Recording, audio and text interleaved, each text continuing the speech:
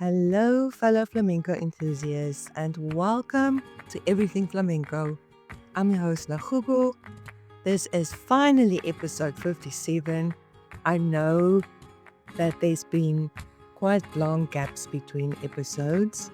I must tell you, probably for the next few months or longer, this is going to come sporadically, but I will continue to do episodes for you as soon as I have a bit of time.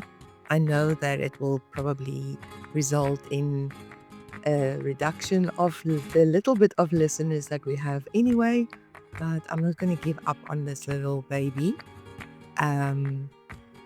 Yeah, it's been a busy few months, and like I said, a busy few months still to come. But you can keep an eye out on our Instagram page and on our Facebook page.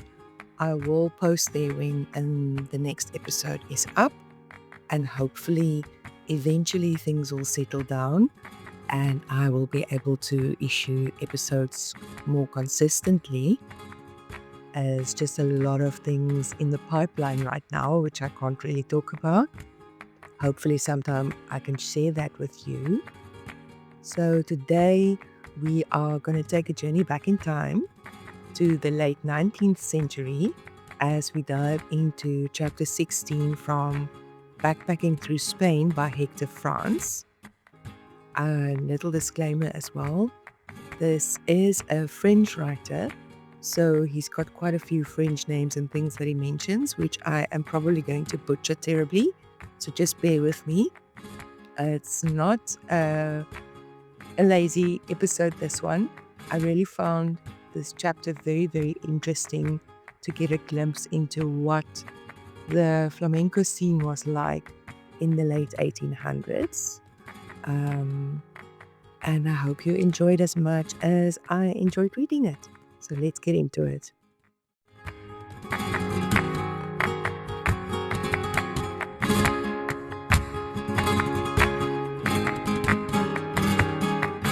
Okay, so before I start reading the chapter, I just wanted to tell you that this book was originally written in French and it was first published in 1888. And it's a classic travelogue that offers a unique glimpse into Spain's rich culture, landscapes, and the experiences of a traveler from another era. So Hector France was a French writer and traveler. He's not as widely known today as some of his contemporaries, but he was quite prominent in his time, especially among those interested in travel literature. And his most famous work is this book, Backpacking Through Spain, of which I'm going to just read chapter 16, which offers a detailed and personal account of his travels through Spain. Hector France was part of a group of writers and adventurers in the 19th century who popularized the genre of travel writing, combining cultural observations, descriptions of landscapes, and reflections on the people they encountered. And although he may not have reached the same level of international fame as authors like Ernest Hemingway or Gerald Brennan, both of whom wrote extensively about Spain, Hector France's travel accounts remain valuable for historians, literary enthusiasts, and those interested in Spain's history and culture during the late 19th century, like I am. And I think that his writing is particularly useful for its insight into a Spain that was transitioning at that time, socially and politically. And it offers a perspective that is less commonly found in other travel writings of the period. So let's explore Hector France's personal adventure, but also uncover the nuances of Spain during this period and get a glimpse into what flamenco was like during the late 1800s.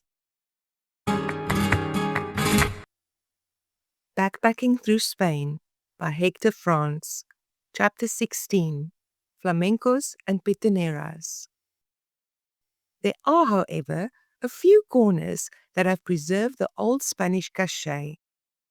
These are the flamencos or singing cafes, far superior in color and picturesqueness to all our exotic Moorish or Byzantine pastiches known as Alcazars, Alhambras, Edens, or Eldorados. Certainly, it is not the extravagant luxury that one should expect to find in the flamencos of Madrid and the Andalusian cities. Our tavern owners would have difficulty accepting for their audiences the low, leprous, and smoky rooms of the most popular singing cafes of Madrid, Malaga, or Seville. But, as one patron told me, with some reason, when I enter a flamenco bar, it is to admire pretty girls wiggling their hips to the sound of the guitar, to hear petaneras, to enjoy the sight of old men disappearing, and not to contemplate the ceiling moldings. Moldings, gilding, frescoes, and other decorative sumptuousness do nothing to detract from the view, but they force the entrepreneur to raise ticket prices, often reducing the artist's salaries, while at flamenco, for a drink of 1 real, including the muchacho gratuity, you have the pleasure of a cold drink and a cheerful evening. We're a far cry from Parisian prices. It's fair to say that society there is very mixed, and you shouldn't go looking for the flower of Madrid's aristocracy. Strong aromas from all sources, especially alliums and olea, which pierce even the thick tobacco smoke, drive away the delicate and proper young gentleman.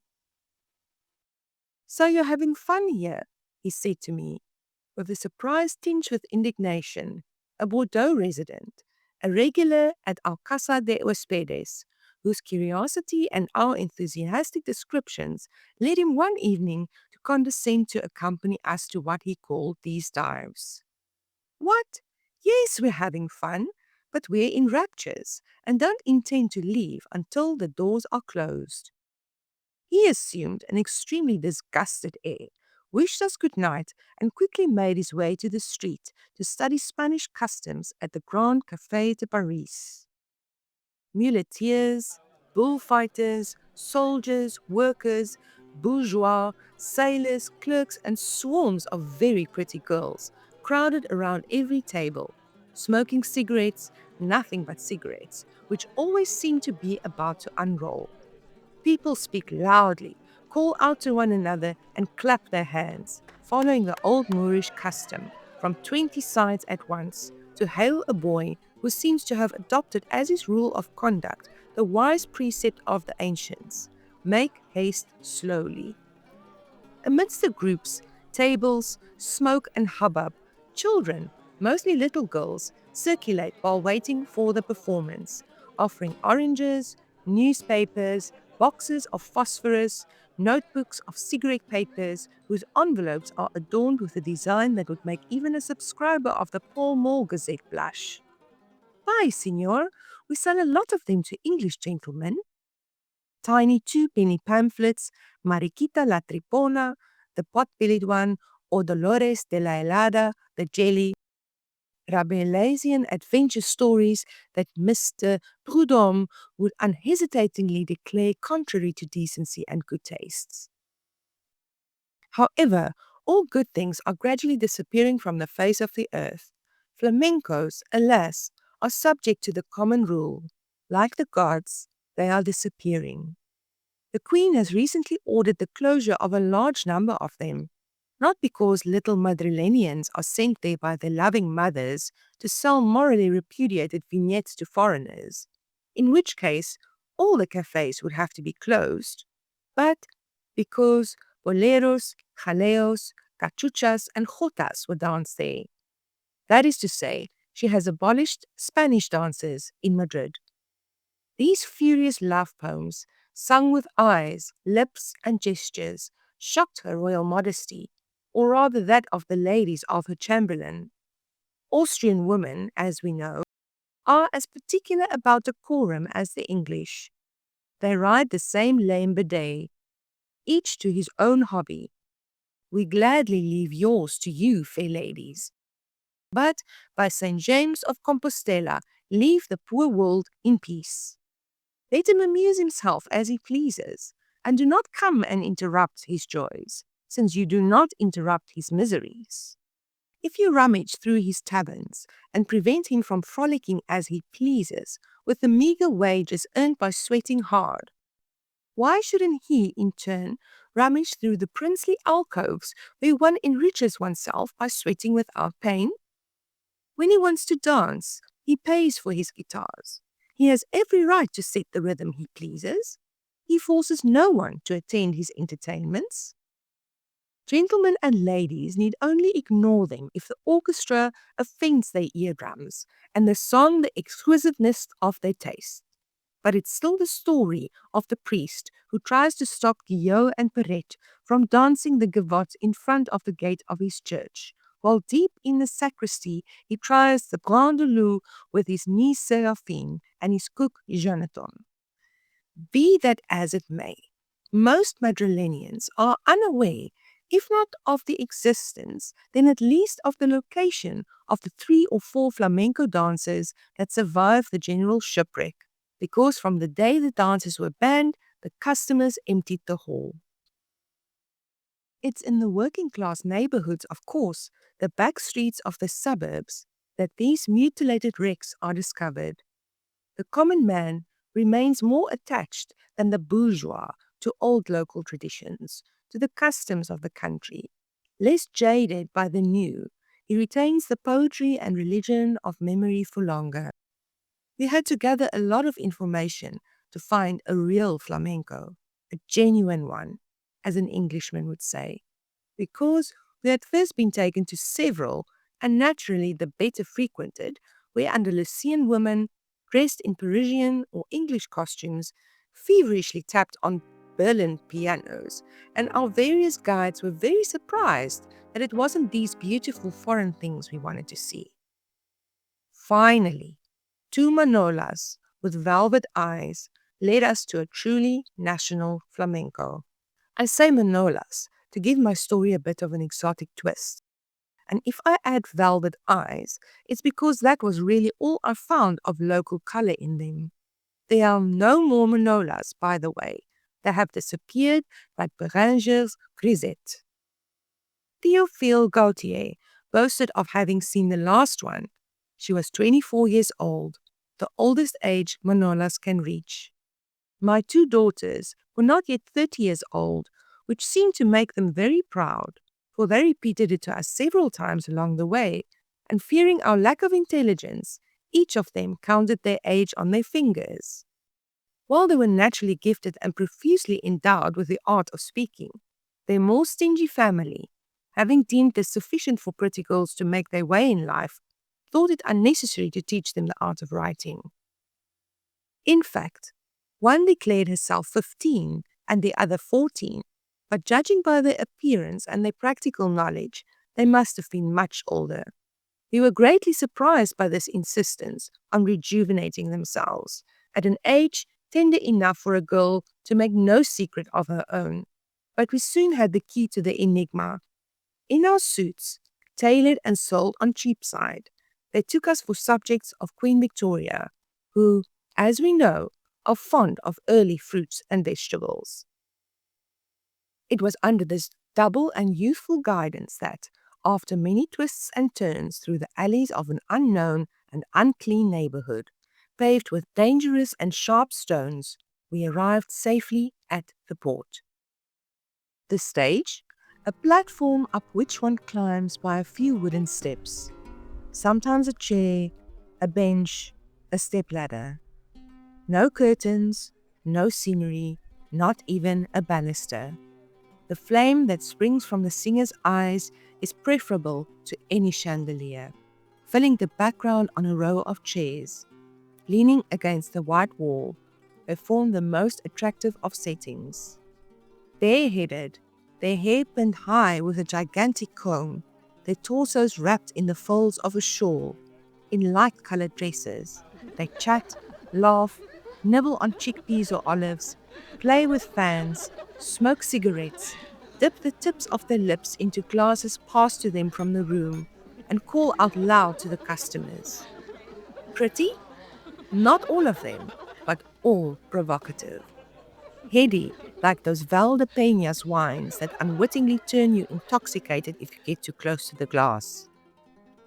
2 or 3 ageless men with clean-shaven chins, wearing Andalusian costume, a very short black jacket, trousers cinched at the waist by a black or red belt, and patent leather shoes, stain the colorful display of girls with their hammy vulgarity, and among them is the fine-looking improviser, a degenerate descendant of the Arab Knights, ancestors of our troubadours. In the foreground, the guitarist softly sings an overture. Near him is a chair intended for the singer on stage.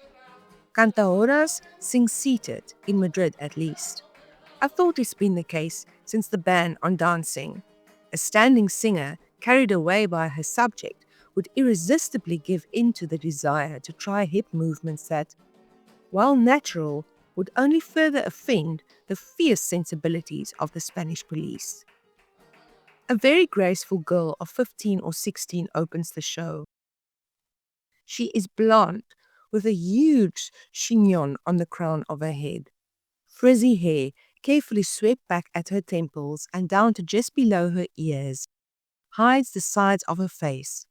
She throws back her light blue fringed shawl, revealing a bodice that, despite its youthfulness, reaches very attractive dimensions. Casually placing her hand on the guitar player's thigh, she casts a confident gaze over the audience, collects herself, and suddenly launches into a long note, or rather a prolonged lament of great sweetness. For a minute, the guitar continues alone. Then the singer resumes her note and begins her romance, a wild melody of infinite charm. Certainly, lovers of Meyerbeer, Wagner, and other murderers of true music, as they have been rightly called, would have little appreciation for these notes, which have nothing in common with the learned orchestration so fashionable these days. I, who understand nothing of all these complications, and a true barbarian, prefer a trumpet call or even an old fiddle tune to all the artistic pedantry imported from Germany, was moved to tears by these natural accents, which reminded me of the naive modulations of young Arab girls in the starry evenings of the oases, the duas of the great plateaus of Tel, or those of the Moors, discovered deep in the old quarters of Algiers or Constantine. As simple as the music are the lyrics. My lover left me like a coward. My even more cowardly heart called out to him every night. I fled to the desert to hide my tears. My eyes wept so much that they made the grass grow.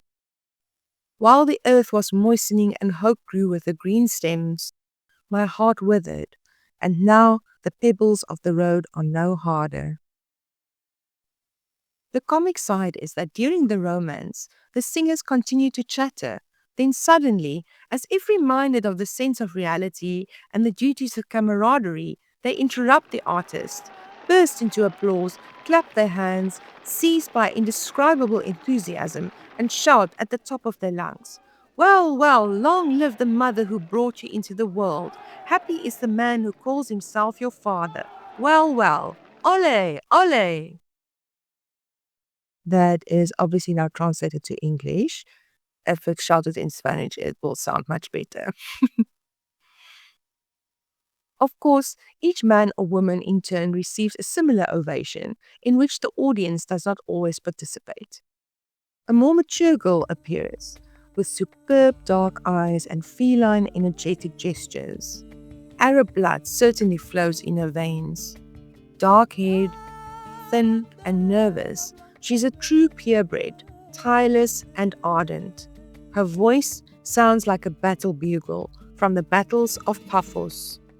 While she sings, the others clap their hands loudly to the beat, and the guitarist, excited by the lyrics, loses his original gravitas, shifts in his chair, rolling his swooning eyes. The improviser takes over. They call him Surito. He is apparently in great favor in Madrid, for he receives thunderous applause as soon as he replaces the cantaora. Body forward, one elbow on his knees, he taps the floor with his cane, no doubt to get his ideas going. The entire room is attentive. The young ladies on the stage stop chattering. Finally, he lets loose with his improvisations. It's a succession of quatrains.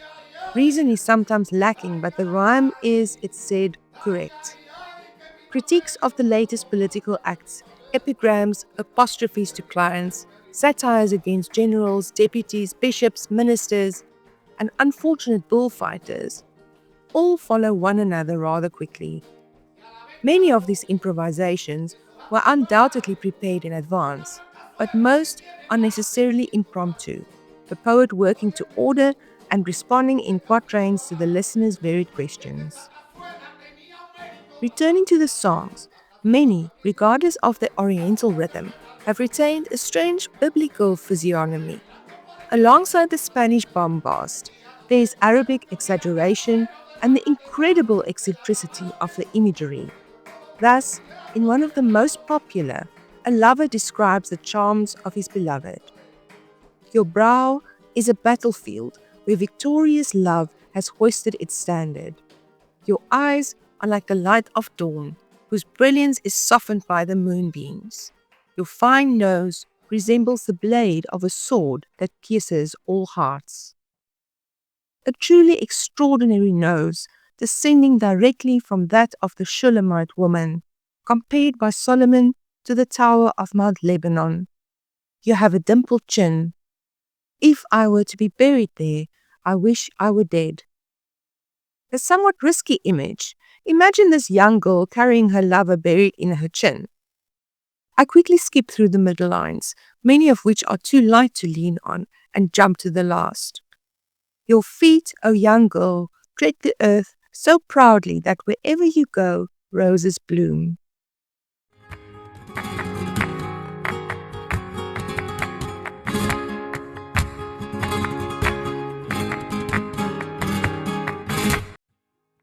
Well, that ended a bit abruptly, but I hope that you still enjoyed episode 57 and this journey with me through Hector France's backpacking through Spain. Chapter 16, where he talked about the flamencos and petaneras. Even though we were not talking about the dance, really, as you noted, the dancing seemed to have been banned at that point in time. So maybe it has happened behind the scenes and it wouldn't have been revealed to an outsider from France. But it was still quite interesting to learn a little bit more about the singing and the guitar playing and also the jaleos of that time. And that hopefully it gave you a bit more background. It certainly was interesting for me, and that it really transported you to a time where the roads of Spain were still a bit more rugged and the world felt a little less connected, although as you see in Europe, people still traveled a lot. And yeah, that we will always stay curious like he did even at that time. And it's also interesting for me that at that point where he noted that flamenco or flamencos, what they probably called the cafes at that time, was dying out, that goodness knows how many years later it is still going on and that it's still flourishing and growing. So yeah, it's important for us to remember that history is not just about the past. It's also about how we continue to experience and learn from it in the present. So until next time, when we chat a bit more about jaleos, have a good one and I'll see you soon. Ole!